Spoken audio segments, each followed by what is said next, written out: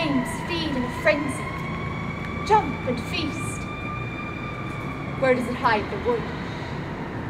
It doesn't have a stomach.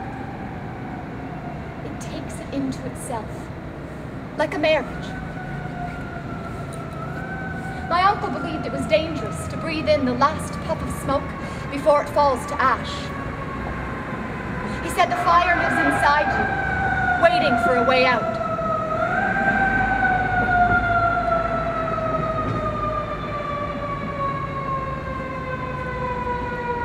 The first fires I remember were the ones my uncle lit.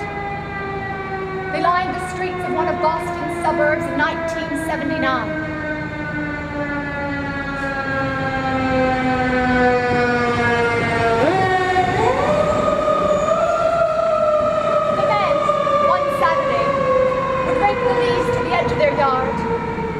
Line the streets, girdle the edge of their ticky-tack homes, standing guard with children as they knelt and lit the piles. The orange flame danced in the glass of the bottled beer held to their dried lips.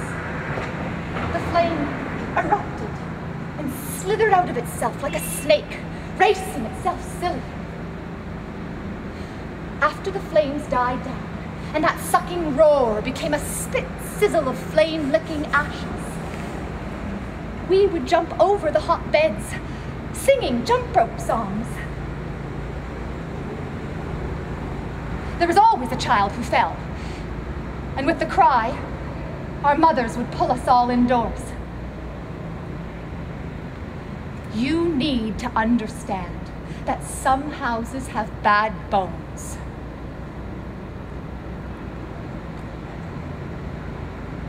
When my husband and I first looked at the house where we would raise children, where we would burn leaves, it seemed to stare back at us. There was a curtain rod which was broken, and its dislodged curtain made it look like an infected eye. I guess the owners left in haste, which may have explained why the realtor in the pale blue suit said, "Boy, have I got a deal for you." I almost expected him to suggest we take the house for a test drive. If we looked past the puppy-stained rug and the broken bathroom door, we were, after all, the first to see it. Jump on it, man. Jump on it. And my husband took the leap. I told him no. The empty nursery had the cry of a baby. The sink held a single cup. If you found a $100 bill and you knew who dropped it, wouldn't you give it back? 2 weeks later, I'm vacuuming rugs, picking up jigsaw puzzle pieces out of closets with the wind hitting the house full force. I heard its timbers groan like an animal who's discovered food in its belly. I was pregnant then. My 3rd month of nausea pulling me from the bed. That broken bathroom door was yet another project on the list of do's and don'ts. It was a Thursday when I pulled on the door and it wrenched free, pinning me with a slam against the wall. The bleeding started, and I lost my first.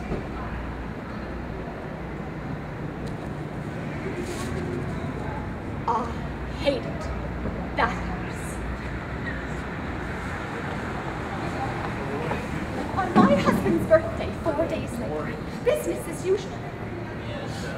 I lit a candle. I lit a match to light the candles and felt the house shrink back.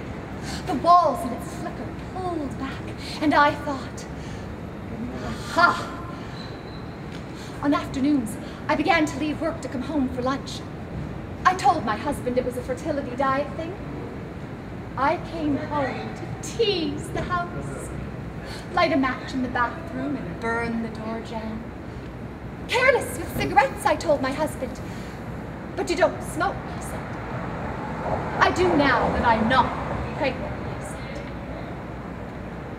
When my husband and I went to visit his family, we heard the house sigh in relief, What was that?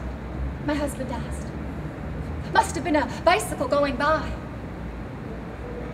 While my husband was having his hair cut, I drove 2 hours back to our house after stopping by a gas station. I sloshed some gasoline under the eaves, lit a match, and ran from the whoosh. The stairs tried to trip me. One of the door jambs twisted into my path. From the car, I saw the flame burst from the roof like a party hat. No one heard me cheer. My best friend Laurie is having trouble with her husband. I looked into the history of that house. Anyone who has lived there hasn't stayed together longer than 2 years. When I see a bad house, I can't help it. My fingers twitch to light the single match. The flea bringing the elephant down.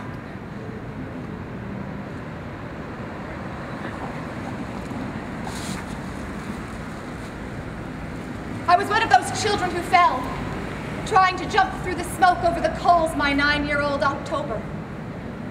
Maybe I breathed in the last of those childhood fires, and the flame is in my belly, looking for a place to chase itself silly.